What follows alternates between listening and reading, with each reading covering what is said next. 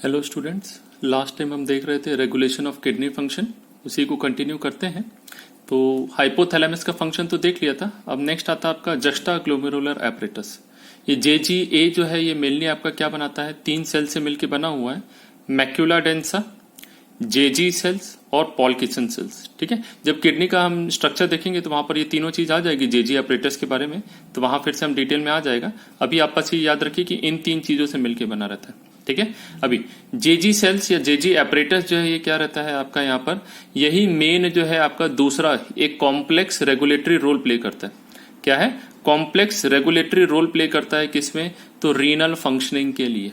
ठीक है, किस प्रकार से, तो देखिए मानिए ग्लोमेरुलर ब्लड फ्लो, यानी ग्लोमेरुलस के अंदर से क्या हो रहा है आपका, यहाँ पर अंदर में ग्लोमेरुलस की अगर हम बात करूं तो यहाँ पर ये हो गया आपका बॉमेंस कैप्सूल और ये हो गया आपका यहाँ पर आने और जाने वाली वेसल्स जो रहती है ये बनाती है ग्लोमेरुलस। ठीक है, अभी ग्लोमेरुलस के अंदर में क्या हो रहा है आपका, यहाँ पर ब्लड फ्लो कम हो रहा है। दूसरा चीज ब्लड प्रेशर कम हो रहा है, या फिर तीसरा बोलिए जीएफआर, तीनों एक दूसरे से रिलेटेड है। प्रेशर नहीं रहेगा तो फिल्ट्रेशन कम हो जाएगा, फ्लो कम रहेगा तो प्रेशर कम हो जाएगा। तो ओवरऑल तीनों एक दूसरे से रिलेटेड ही है, यानी ग्लोमेरुलर ब्लड फ्लो को कम बोलिए या ब्लड प्रेशर कम बोलिए या जीएफआर कम होना, तीनों एक ही चीज है। समझ में आया? यानी ग्लोमेरुलर के अंदर में क्या हो रहा है, यहां से आर्टरी से ब्लड आ रहा है। अभी जितना ज्यादा ब्लड आएगा उतना ज्यादा प्रेशर होगा, अभी जितना ज्यादा ब्लड और जितना ज्यादा प्रेशर उतना ज्यादा फिल्टर होगा, तो ग्लोमेरुलर फिल्ट्रेशन रेट भी ज्यादा होगा। तो ये तीनों की वजह से क्या हो रहा है, यानी जब भी ये कम होगा तो उसकी वजह से क्या होता है आपका, ये जेजी सेल्स जो रहते हैं या जेजी एपरेटस जो है क्या हो जाता है आपका, एक्टिवेट हो जाता है। और ये एक्टिवेट होकर इनके अंदर में क्या पाया जाता है आपका, एक हार्मोन, कौन सा, रेनिन। ठीक है, एक रेनिन है जो स्टमक में होता है। ठीक है, केजिन रेनिन वो जो है आपका वहां पर डाइजेशन में जो हेल्प करता है वो रेनिन अलग है। ठीक, ये RENIN है। तो ये जो है ये क्या होता है, ये जेजी सेल जो है क्या करते हैं आपकी रेनिन का रिलीज करेंगे। अभी रेनिन रिलीज हुआ, ब्लड में जाने के बाद ये रेनिन क्या करता है, ब्लड में प्रेजेंट जो आपका एंजियोटेंसिनोजन, क्या चीज, एंजियोटेंसिनोजन को किस में कन्वर्ट कर देता है, एंजियोटेंसिन 1 में।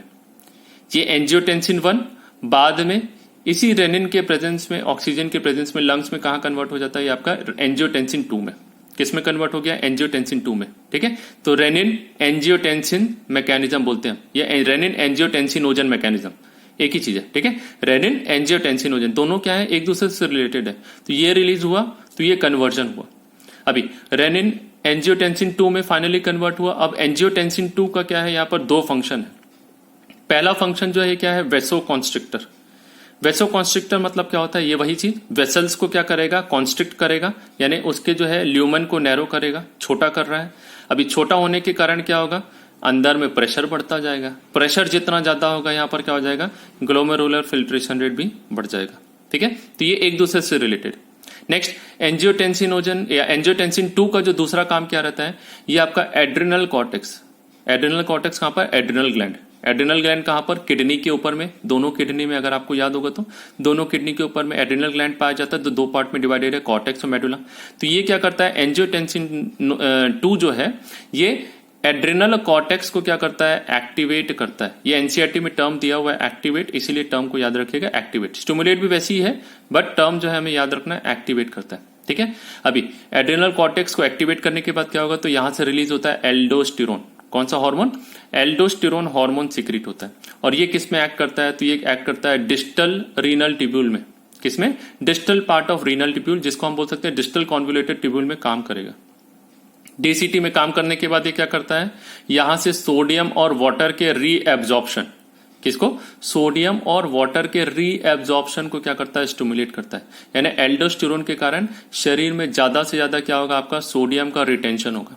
ठीक है, अभी सोडियम जो कि क्या है, एक सॉल्ट है, इसीलिए इस एल्डोस्टेरोन को हम क्या बोलते हैं, सॉल्ट रिटेनिंग हार्मोन। क्या कहलाता है, सॉल्ट रिटेनिंग हार्मोन, क्योंकि क्या कर रहा है, सोडियम और वाटर के रीअब्सॉर्ब करके उसको रिटेन करने में मदद कर रहा है। सिंस ये मैकेनिज्म पूरा किसके द्वारा चल रहा है, रेनिन और एंजियोटेंसिनोजन की तरह चल रहा है, इसीलिए इसको क्या बोला जाता है, रेनिन एंजियोटेंसिनोजन मैकेनिज्म या रेनिन एंजियोटेंसिन मैकेनिज्म कहते हैं। चलिए लास्ट पार्ट हमने बताया था हार्ट, ये भी थोड़ा कुछ लिमिट तक क्या करता है, कंट्रोल करता है। अभी हार्ट 4 चेंबर में डिवाइडेड है, 2 एट्रिया और 2 ventricle, left atria, right atria, left ventricle, left ventricle. अभी एट्रिया के अंदर में कितना ब्लड आ रहा है, ये आपका डिसाइड करता है कि यानी कि ब्लड प्रेशर कितना हो रहा है, या फिर ज्यादा ब्लड आ रहा है या कम ब्लड आ रहा है। प्रेशर कम होगा तो ब्लड कम आएगा, प्रेशर ज्यादा होगा तो ज्यादा। ठीक, अभी ज्यादा ब्लड आ रहा है मतलब यहाँ पर क्या है, हार्ट के लिए खतरा हो सकता है। तो हार्ट क्या चाहता है, खुद को ही बचाना चाहता है। तो खुद को बचाने के लिए यहाँ पर क्या होता है, जैसे ही ब्लड फ्लो बढ़ता है ये क्या करता है, हार्ट की मसल्स ही यहां पर क्या करती है, एट्रियल नेट्रियूरेटिक फैक्टर ANF, बहुत इंपॉर्टेंट है, कई बार पूछा जाता है नीट में। तो ये ANF कहां पर है, एट्रियम के द्वारा क्या किया जाता है, यहां पर रिलीज किया जाता है। अभी ये ANF का काम क्या है, तो ये लोकलाइज्ड एक्शन है इसका। कैसा है, लोकलाइज्ड, यहीं से निकलेगा और यहीं पर पास में जितनी भी आपकी आर्टरीज है, यानी कि मेनली एओर्टा वगैरह जो रहता है, इनमें क्या करता है, बड़ी आर्टरीज में जाके इसमें वेसोडाइलेशन। अभी पाइप को छोटा किया था तो क्या हुआ था, प्रेशर बढ़ गया था पानी का। अब पाइप को मोटा ले लो तो प्रेशर क्या हो जाएगा, ऑटोमेटिकली ब्लड प्रेशर कम। ब्लड प्रेशर कम तो आपका GFR क्या हो जाएगा, ऑटोमेटिकली कम, यानी कि किडनी के अंदर ब्लड कम जा रहा है। ब्लड कम जा रहा है तो यहाँ पर ग्लोमेरुलस के अंदर में फिर से वही चीज, ब्लड कम आया तो प्रेशर कम, प्रेशर कम तो GFR भी क्या हो जाएगा आपका, कम हो जाएगा। ठीक है, तो ओवरऑल ये भी क्या कर रहा है आपका, एक तरीके से GFR को कंट्रोल कर रहा है या कम कर रहा है। ठीक है, ओवरऑल GFR कम होगा तो यूरिन फॉर्मेशन भी कम हो जाएगा। तो हम बोल सकते हैं कि ANF मैकेनिज्म जो है ये क्या होता है आपका, रेनिन एंजियोटेंसिनोजन मैकेनिज्म का क्या है, जस्ट अपोजिट है। और या फिर हम बोल सकते हैं ANF जो है ये क्या करेगा आपका, रेनिन एंजियोटेंसिनोजन मैकेनिज्म को क्या करता है, इनहिबिट करता है। क्योंकि रेनिन एंजियोटेंसिनोजन मैकेनिज्म क्या कर रहा था आपका, वेसो कॉन्स्ट्रिक्शन कर रहा था। वेसो कॉन्स्ट्रिक्शन के कारण क्या हो रहा था, ओवरऑल ब्लड फ्लो बढ़ रहा था। अब ये ब्लड फ्लो को कम करना चाहता है खुद ही, तो ये क्या कर रहा है, इसको इनहिबिट कर देगा, यानी रेनिन फॉर्मेशन क्या हो जाएगा, ऑटोमेटिकली कम होगा।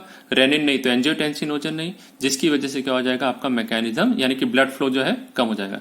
तो तीन चीजें जो है हमारी यहाँ पर है, हाइपोथैलेमस, ठीक है, दूसरा हाइपोथैलेमस की अगर हम बात करेंगे तो उसमें ADH हार्मोन या वेसोप्रेसिन हो गया, दूसरा आपका JG सेल्स या JG एपरेटस जिसके अंदर में रेनिन एंजियोटेंसिन मैकेनिज्म, और तीसरा जो आपका हार्ट। ये तीनों मिलके हार्मोन्स जो सिक्रीट करते हैं और यूरिन फॉर्मेशन को कंट्रोल करते हैं। ठीक है।